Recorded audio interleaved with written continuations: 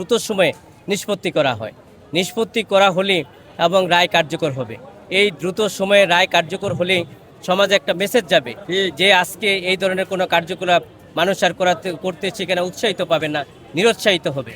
আজকে আপনারা দেখেছেন সারা বাংলাদেশে গত 3 মাসে আজকে সেয়ে গিয়েছে ছত্রাকের মতন। সেইখান থেকে যদি আপনারা এইখান থেকে যদি রাষ্ট্রকে দায়িত্ব নিতে হবে সেই ঘটনাগুলোর শুধু আমি আজকে দ্রুত বিচার ট্রাইব্যুনালের দ্রুত নিষ্পত্তি করতে হবে এবং এই দ্রুত নিষ্পত্তি হওয়ার মধ্য দিয়ে এবং যদি রায় কার্যকর করা হয় তাহলেই একমাত্র এই অপরাধগুলো কমে যাবে এবং সমাজে একটা মেসেজ যাবে যে এই ধরনের কার্যকলাপ করতে কেউ আর উৎসাহিত হবে না।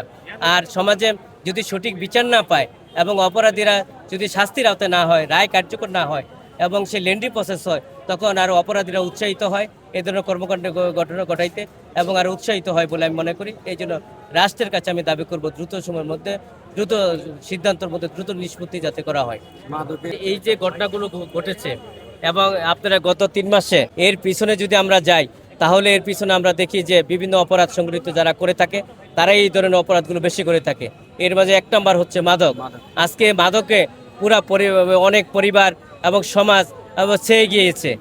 এই মাদক নিরাময় করতে হবে এবং মাদক যে আজকে ছত্রাকের মতো ছেড়ে গিয়েছে এবং এটা দায়িত্ব নিতে হবে দায়িত্ব নিতে হবে যে এই সমাজের যে মাদক এবং মাদকগুলো আজকে একবারে নিঃশেষ করতে হবে।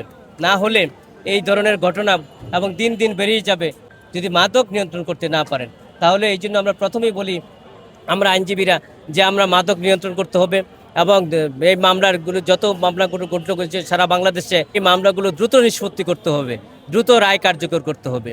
আইনের ফাঁক ফোক দিয়ে যার কোনো আসামি বের হয়ে যেতে না পারে এবং রায়গুলো দ্রুত নিষ্পত্তি করার মধ্য দিয়ে সমাজে মেসেজ যাবে যে এই ধরনের ঘটনার কেউ উৎসাহিত হবে না এবং এই ধরনের ঘটনার কেউ আর এইগুলো ঘটাইতে সাহস পাবে বলে আমি মনে করি না।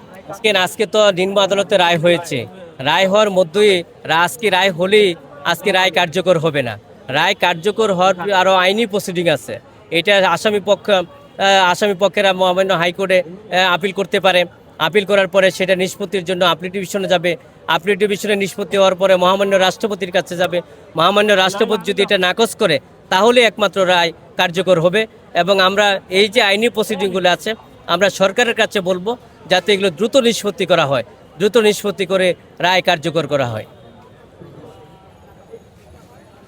আপনার শুধু মাগুরার আসিয়া সমস্ত মামলাগুলো লেন্ডি প্রসেস হচ্ছে, এই দীর্ঘসূত্রতা হচ্ছে।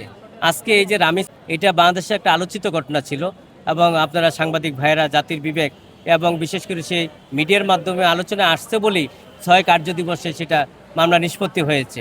বাংলাদেশে এরকম হাজার হাজার ঘটনা আছে, হাজার হাজার ঘটনা ঘটেছে।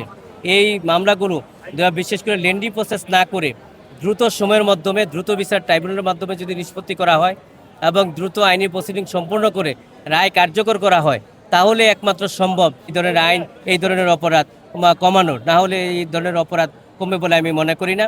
আমি আবেদন করব যে আইনি যে প্রসিডিংগুলো আছে এগুলো দ্রুত নিষ্পত্তি যাতে করা হয় এবং দ্রুত নিষ্পত্তি করে এবং যাতে রায় কার্যকর করা হয় তাহলে বাংলাদেশে একমাত্র এই যে অপরাধগুলো হচ্ছে সেগুলোই কমানোর সম্ভাবনা আছে বলে আমি একজন আইনজীবী হিসেবে মনে করি।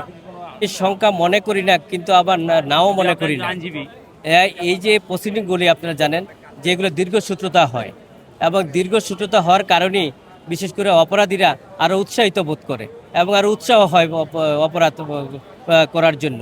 এই যে দীর্ঘসূত্রতা, আইনি জটিলতা এবং আইনি প্রসিডিং যেগুলো দ্রুত নিষ্পত্তি করে রায় কার্যকর করা হয় তাহলে একমাত্র অপরাধ কমবে বলে আমি একজন আইনজীবী হিসেবে মনে করি। দেখেন আইনি প্রসিডিং কমপ্লিট করি এবং আইনি প্রসিডিং কমপ্লিট বা নিষ্পত্তি না করা পর্যন্ত রায় কার্যকর করার কোনো বিধান নেই, কোনো বিধান নেই। এবং আপনারা দেখেছেন যে প্রথম আমাদের কাজ হচ্ছে মামলাটার প্রথম সূত্র হচ্ছে মামলাটা যদি একটা মামলা থানাতে হতে পারে আর একটা মামলা কোর্টে হতে হয়, তারপরে এটা ইনভেস্টিগেশন হয়, পরে চার্জশিট হয়। চার্জশিট হওয়ার সেটা পরবর্তীতে আমলি আদালতে চলে আসে, বিচারিক আদালতে। বিচারিক আদালতে চার্জ গঠন হয়, পরে সাক্ষী জেরা, তারপরে যুক্তিতর্ক, তারপরে রায়। এই যে প্রসিডিংগুলি এইগুলি দীর্ঘসূত্রতা হয় এবং দীর্ঘসূত্রতা হওয়ার কারণেই এই মামলাগুলো লেন্ডি প্রসেস হয় এবং লেন্ডি প্রসেসের কারণেই রায়গুলি কার্যকর করতে বিলম্ব ঘটে। এই বিলম্ব ঘটার কারণেই অপরাধ যারা করে থাকেন তারা আরও উৎসাহিত বোধ করেন অপরাধ করাতে। এই জন্যই সমাজে আজকে ছত্রাকের মতো ছড়িয়ে গিয়েছে।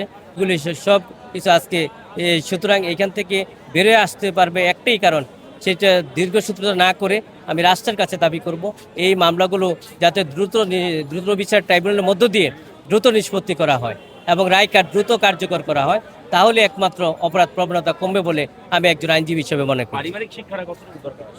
দেখেন আপনি এখন তো আপনি দেখেন অনেক পরিবারে আছে মাদকাসক্ত এবং বিশেষ করে অপরাধ প্রবণতা বেড়ে গিয়েছে। এই যে ছত্রাকের মতো যে এখন পরিবার বলেন, সমাজ বলেন, রাষ্ট্র বলেন, সব জায়গায় আজকে সামাজিক অবক্ষয়। এই অবক্ষয় থেকে রাষ্ট্রের দায়িত্ব কর্তব্য আছে এবং রাষ্ট্রেরই সেখানে ভূমিকা নিতে হবে এবং যদি ভূমিকা নেন তাহলে একমাত্র এই যে অবক্ষয়, সামাজিক অবক্ষয়, সেখান থেকে আমরা বেরিয়ে আসতে পারবো বলে আমি আইনজীবী হিসেবে মনে করি। হ্যাঁ, দেখেন এটা পারিবারিক শিক্ষা আছে, বাবা মারও ছেলে মেয়েদের। হ্যাঁ, এই কি আপনি ঠিকই প্রশ্ন করেছেন।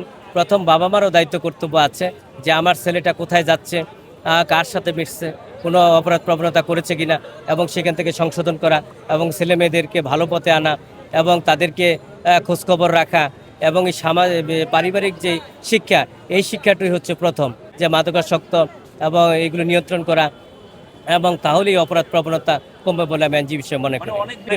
সামাজিক শিক্ষা, পারিবারিক শিক্ষা এবং মাদক এবং রাষ্ট্রের দায়িত্ব কর্তব্য সমস্ত কিছু মিলিয়ে আমাদের পরিবার, সমাজ, রাষ্ট্র ঠিক হয় বলে আমি একজন আইনজীবী হিসেবে মনে করি।